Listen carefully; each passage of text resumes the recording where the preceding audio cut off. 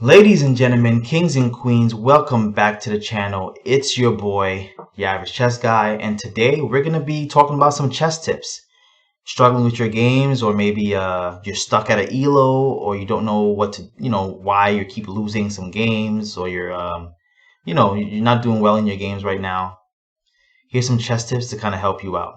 First and foremost, the main idea is practice. Practice playing chess, practice your games, and that's the main idea of it. But let's go down it. Okay, so practice is the main idea. Let's go into the subtitles.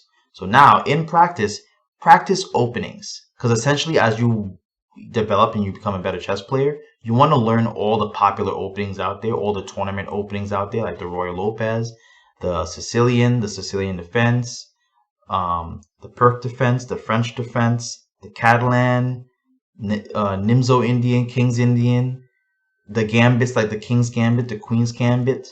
Learn all of those openings so you know how to play against them. You don't have to learn all as a beginner or as an intermediate player. Just learn how to play against them. But starting off, to kind of get you started, my advice is to learn an opening for white and learn an opening for black. That helped me go from like 1200 within a couple of months, 1430. Just learning an opening for white, learning an opening for black, and mastering those two openings to the T. And try to get an opening for E4 and D4, because those are the two main openings that most players play, especially E4 and D4. E4 is first, D4 is second. So I would recommend learning an opening to play against E4 or D4. But essentially learn opening for white, learn opening for black, master those openings. And when I mean master it, I mean go on a video, learn the variations of an opening. For example, here, the Roy Lopez.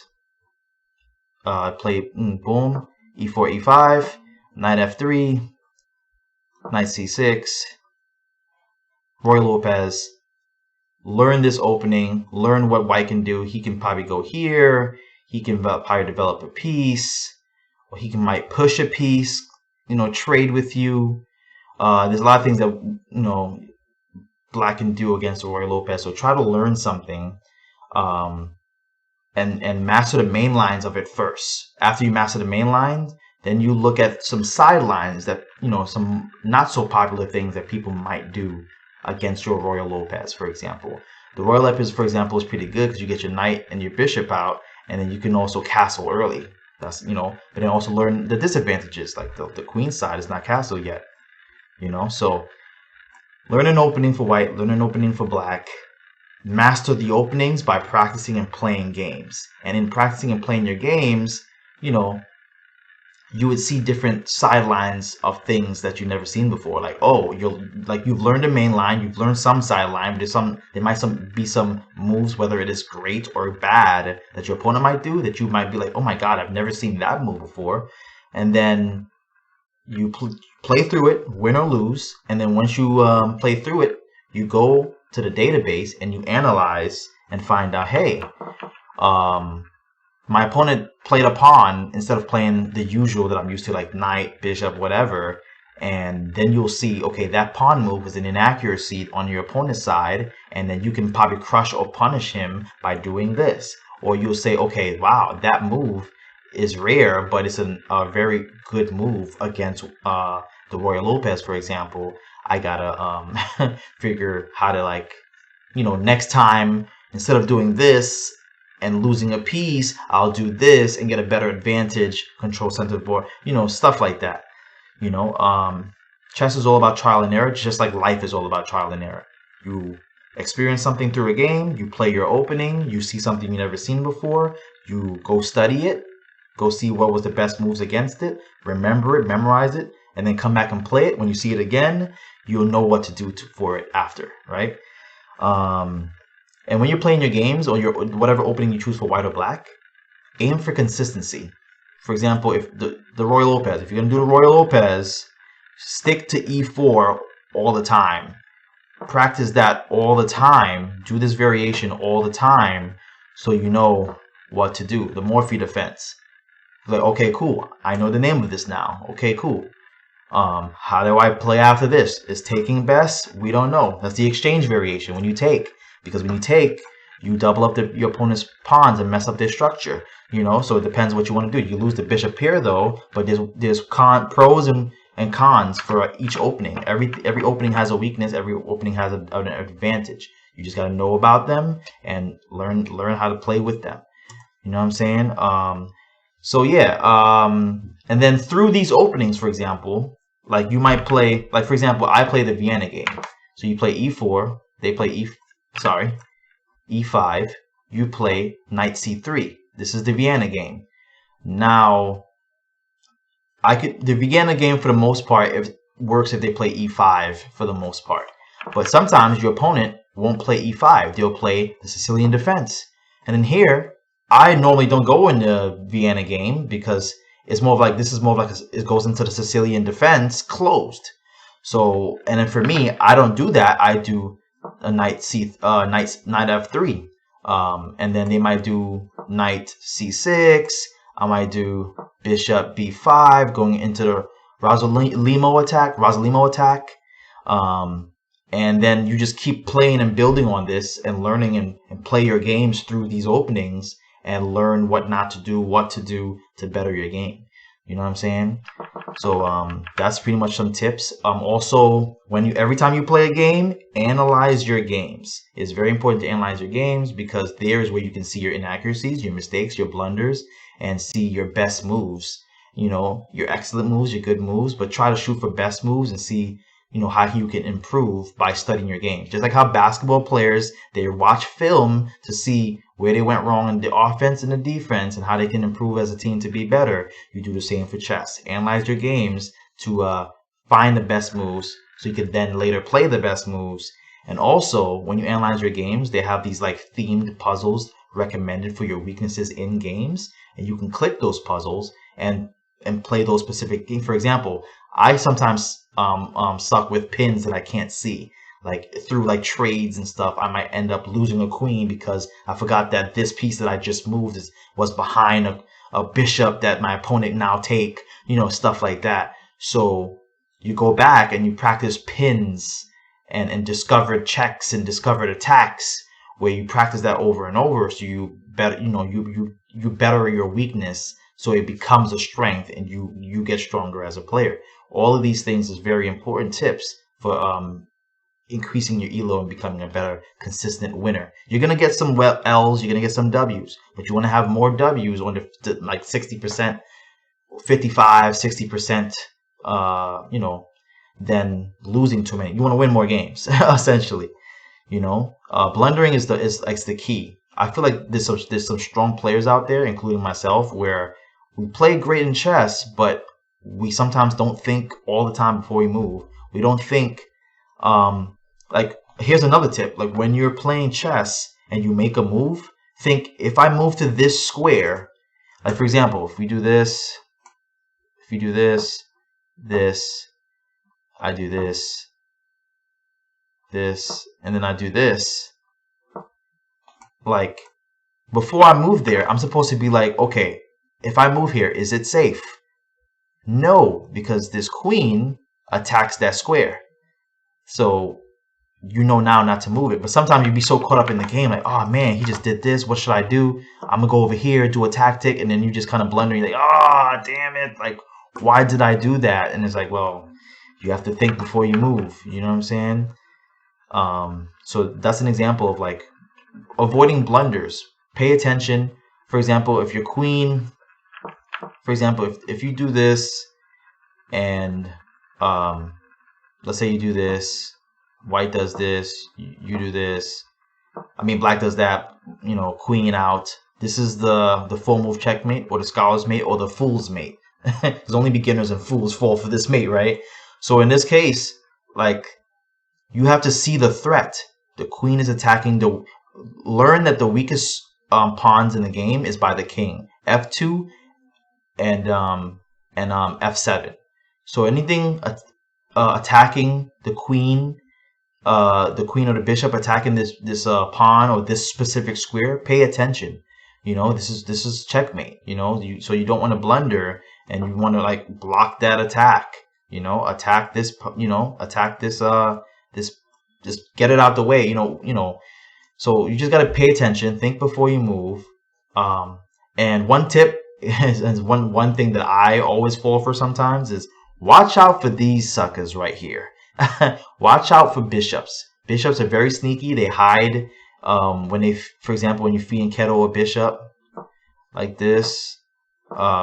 This is called fee and kettle. You fee and kettle your bishop. It's on like the best diagonal in the game to me. It's going right through the middle and it's hidden essentially. And sometimes you might mess up and you might say, oh, okay, I'm gonna move over here. This is kind of a dumb move, but like then he's like, oh my god, you just like gave a free pawn because you didn't realize that the bishop was hiding there 5-10 moves into the game and you're worried about the attack from here. You're probably worrying about the attack from here, like, oh my gosh, what should I do? And then you say, you know what, I'll cover it. And then when you cover it, you get beamed down right here, and then an attack. You know what I'm saying? So like, you just gotta pay attention. Another thing you need to learn is endgames. Endgames is very important because sometimes you might get a situation where,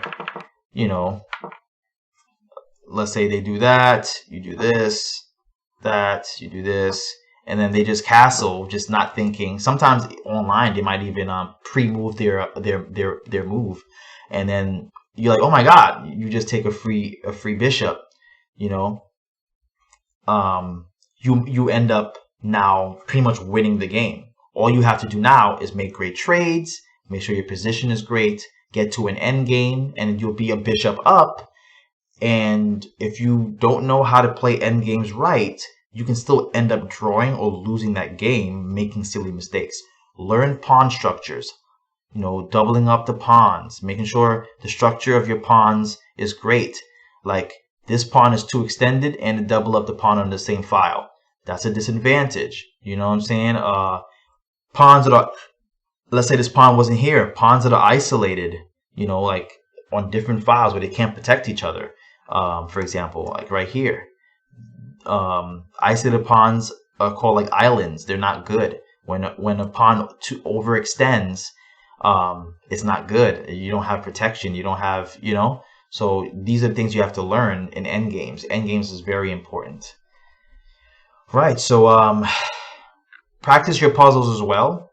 Puzzles is very important to see tactics, to see tricks, and also practice seeing things that you normally don't see as a beginner or an intermediate player. With pins, discovered attacks, sacrificing queens or rooks to get a knight checkmate, or a pawn pushed to get a checkmate. These different techniques to like see them. And then now that you see them, you can play real games and then see them in your games. You know what I'm saying? So these are all tips that can very heavily improve your games. Also, when you learn your openings for white and black, remember that they're going to end up playing an opening that you're not familiar with that won't work for the opening that you normally do for e4 or d4. So you have to then learn how to go against that opening or learn a new opening that can play against that opening, So essentially, it'll be a perfect way to then broaden your opening repertoire and become a better player. So that's essentially what I do. Like I started off learning like when I was a beginner, the Fried Liver, the Royal Lopez, the Italian game, and then currently now I play the Vienna game for white, and I play the Corican for black, because most players that I come across plays e4, and then I started seeing players playing d4 because that's like the second best opening essentially based on the database and stuff. Second most popular opening, and then I was struggling with some d4 sometimes, so I learned an opening for d4 like the Nimzo Indian, or like the Queen's Gambit Decline or Queen's Gambit Accepted, just to kind of like have a repertoire of like how to go against d4 since I was struggling with d4 openings before. And then I got used to d4 and e4 openings where I'm more in a comfortable state where I can play well against them. Then I started seeing the English opening or the Sicilian defense where it has way more variations of things to learn and mistakes that I've made where I lose a lot to those openings. and then I had to like find ways to fight against that. Then I was losing a lot to Perk and French defenses, where I started seeing those a lot. And then the more you level up within the elo, you would see different moves and different openings that you've never seen before, and you just kind of add to your library of openings and what to do against certain openings and learn more about those openings to be a better player. So that's essentially the tips that I have for you. Remember, learn openings. And if learning too many openings is too much for you, that's okay. Start with one opening for white, one opening for black, preferably for e4 or d4. And then after that, you add to your repertoire as you keep playing chess. You'll realize other openings, and you'll learn to play against those openings and practice those openings and learn new openings for yourself to play against other openings, depending on how black or white, reacts to your opening, for example. After practicing your openings for white and black, analyze every single game, practice themed puzzles to improve your weaknesses, analyze games to learn best moves and your mistakes and your blunders and your inaccuracies and what you could have played to be better and win that game. And then practice as many games as possible. But don't burn yourself out.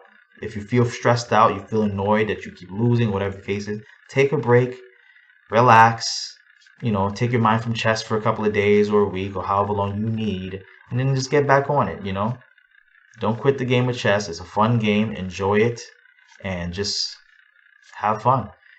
So don't forget to like, share, and subscribe. Thank you so much for tuning in, and I'll see you later.